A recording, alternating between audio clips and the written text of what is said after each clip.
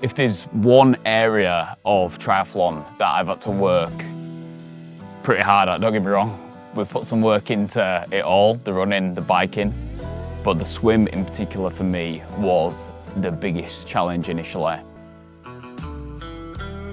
When I first signed up to my first half Ironman, I couldn't actually swim a length of front crawl without inhaling water and feeling like, you know, I was gasping for air. So we've had to put a lot of work in there, and you know, we've come a long way for sure. So today we've come down to Sparf Reservoir. This is my first open water swim since the half Ironman back in June now. I cannot tell you the difference between swimming in a pool versus open water swimming.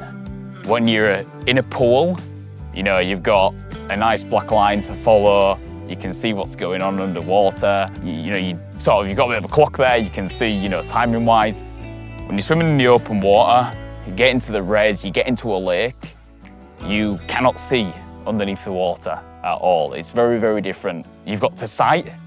You know, every few strokes, you've got to stick your head up and make sure you're going in the right direction. Yes, it helps when there's buoys, but throwing it back to Bolton, my swim was actually really, really good. I was happy with it. And looking back at the data on Strava, I swam pretty straight, pretty bang on, to be completely honest with you. But unless you stick your head up every now and again, you know, it's very, very easy to be going sometimes offline. The other key difference, what I would say just with swimming in general, open water, is obviously you're wearing a wetsuit as well. So it's a very different feeling compared to when you're in the pool and you're swimming. But the pool for me was a game changer because it enabled me to be consistent with my swimming.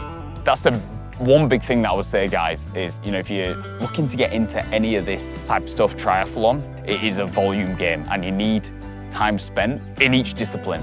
Biking, swimming, running, you know, a little bit deflated, thinking to myself, how am I going to be able to do this? You know, sometimes I had some sessions which I felt hopeful for after, and then certain times where, you know, it just didn't come together. I just want to give another shout out as well, a couple. Craig Williams sort of took me under his wing and really helped me out with my breathing and getting that down with my swimming.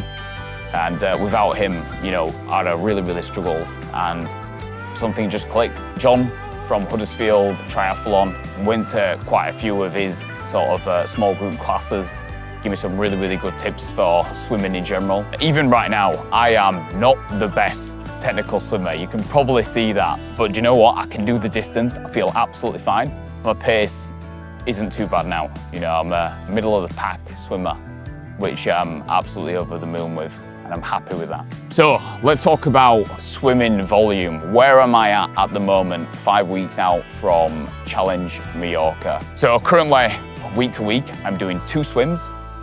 I'm doing 1 strength focus session and 1 endurance-based session, obviously programmed by my coach, Alex Woodman. Total sort of distance that we're getting in is between 4 and 4.5K per week, which is now starting to build up. And sometimes it's a bit more technique focused, sometimes we're building up at the bigger intervals, you know, where we're doing all the way up to sometimes 600-meter efforts plus, sometimes a lot of 400s.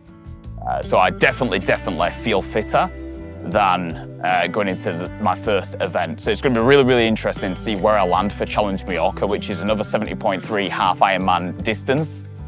This time around though, it's a sea swim. I've never ever done a sea swim before. Bolton was a lake swim. This is going to be a sea swim with an Aussie exit. So what an Aussie exit is I'm basically going to do just under 1 kilometre out in the sea. I'll look back in. I'm then going to get out. I'm going to run round a short sort of run to the other side of the beach, and then going to go back in and do another 900 metres or so. So it's just under 2 kilometres. So bit different. Never done it before, so it's definitely going to be a bit of a challenge, which I'm looking forward to more than anything. We don't know yet whether it's going to be a wetsuit swim or whether, you know, I'll just be obviously doing it in my tri-suit. So yeah, looking forward to that. Okay, so in terms of stats and numbers, where am I at the moment with my swimming compared to my bike and my run? So if you look at the 70.3 triathlon distance, so half Ironman, it is a 1.9 kilometre swim. It's 56 miles on the bike, and then it's a half marathon, so that's a 13-mile run. So it makes sense that majority of the volume is going to go towards the bike, then the run, and then the swim. So over the last 7 days, here's what my stats look like. I did 4 kilometers worth of swimming over 2 sessions. I ran just under 40 kilometers, which was about 3 hours total work. And then my biking, I spent nearly 7 hours over the last 7 days on the bike, totaling 190 kilometers. So you can see that volume's quite heavy towards the bike. The running at the moment, but swim volume is obviously relative to the race there. So that's where I'm currently at. My training is ramping up though. So I've now got about 5 weeks. My coach does set my training on a week-by-week basis. I think it's the best way to go because then he can go off of how I'm feeling, how I'm performing in my session, and he can set me specific things that he wants me to achieve in terms of pacing-wise. We've realistically got another 3-4 weeks of pushing quite hard, being able to build the volume across all those things. Going into Challenge Mallorca, it's a harder course. It's a hillier bike, obviously sea swim to start with, and it's a hillier run as well. I want to PB it though. So Bolton, I came in 6:06, which I was pretty happy with. And you know what, I'm just gonna put it out there. I want to go sub 6 hours in Challenge Mallorca. It's a tough course, but I've done the training, I feel fitter for it. You know what, I'm just gonna go for it, I'm gonna rip it. And then hopefully on the day, I can only control what I can control. So I'm gonna control the controllables. Hopefully we don't get any sort of technical issues or anything like that. But from the go, it's gonna be full send.